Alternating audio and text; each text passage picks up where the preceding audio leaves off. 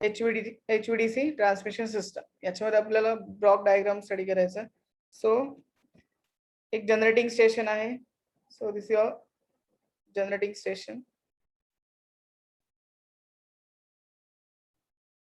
आपलं generating station आहे where you are generating electrical power, जे आपण पॉवर जनरेट करतोय. ठीक आहे, जे आपण इलेक्ट्रिकल पॉवर जनरेशन मध्ये स्टडी केलेलं आहे.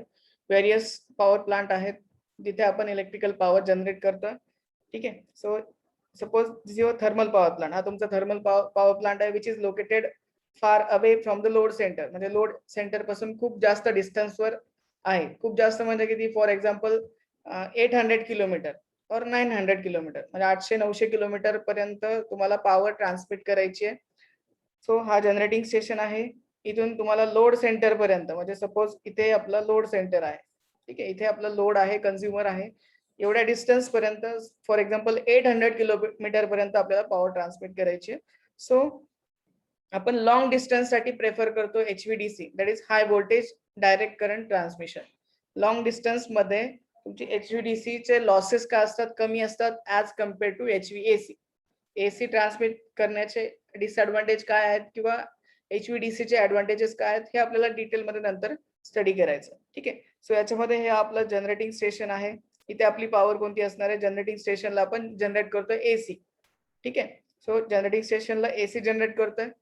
देन हे आपले ट्रान्सफॉर्मर आहेत. ठीक आहे, which is your step up transformer, जे की आपण जनरेटिंग स्टेशनला यूज करणार आहे. 11 kV जनरेट करतोय. फॉर एक्झाम्पल इथे आपण जनरेट करतोय 11 kV. इंडियामध्ये जनरेटिंग व्होल्टेज आहे 3.3 kV, 11 kV, 6.6 kV, 13.5 kV, 17.5 kV, म्हणजे अशा लेवलमध्ये आपण जनरेट करू शकतो. फॉर एक्झाम्पल जनरेट करतो आपण 11 kV. With the help of step up transformer, we can step up or increase the voltage up to 132 kV, 400 kV as per requirement. म्हणजे जे काही सबस्टेशन असेल त्याच्यानुसार आपण स्टेप अप करतोय. फॉर एक्झाम्पल याला स्टेप अप केलं आपण 132 kV. We are using step up transformer having voltage 132 kV. So हा आपला आहे 132 kV. देन हे 132 kV म्हणजे तुमची AC पॉवर असणार आहे. AC स्टेप अप करणार आहे.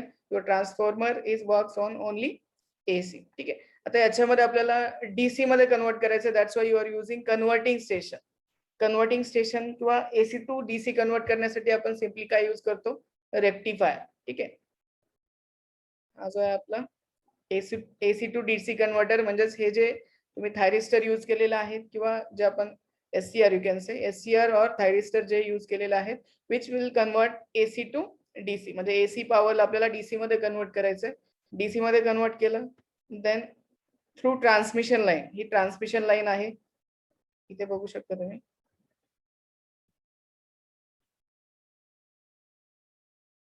ही आपली आहे DC ट्रान्समिशन लाईन. याची पोलॅरिटी आहे, सपोज हा प्लस असेल,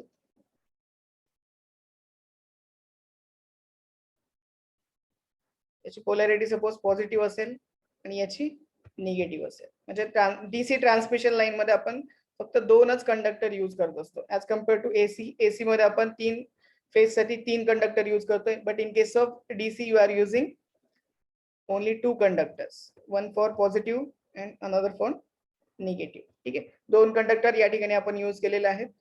ही आपली ट्रान्समिशन लाईन आहे, DC ट्रान्समिशन लाईन. जसं जसं तुमचं लोड सेंटर म्हणजे जो कन्झ्युमर जवळ येईल तिथे आपल्याला पुन्हा DC टू AC कन्वर्ट करायचंय. का, कारण आपला maximum load, you can say 100% load हा तुमचा AC आहे. That's why you have to convert again DC to AC. पुन्हा DC पासून AC मध्ये आपल्याला कन्वर्जन करायचं. That's why you are using inverter. पुन्हा आपल्याला इन्व्हर्टर किंवा DC to AC converter use करायचं, which is nothing but your inverter. पुन्हा त्याच्यामध्ये थायरिस्टर किंवा SCR, सिलिकॉन कंट्रोल रेक्टिफायर आपण यूज करणार आहे. By using that you are converting that AC supply, sorry DC into AC. ठीक आहे, DC टू AC कन्वर्ट केलं. इथे पुन्हा आपल्याला स्टेप डाऊन ट्रान्सफॉर्मर यूज करायचे. का, कारण आपल्याला कन्झ्युमर एडला जे रिक्वायर्ड व्होल्टेज आहे, फॉर एक्झाम्पल सिंगल फेज साठी आपण 230 वोल्ट यूज करतो किंवा कन्झ्युम करतो.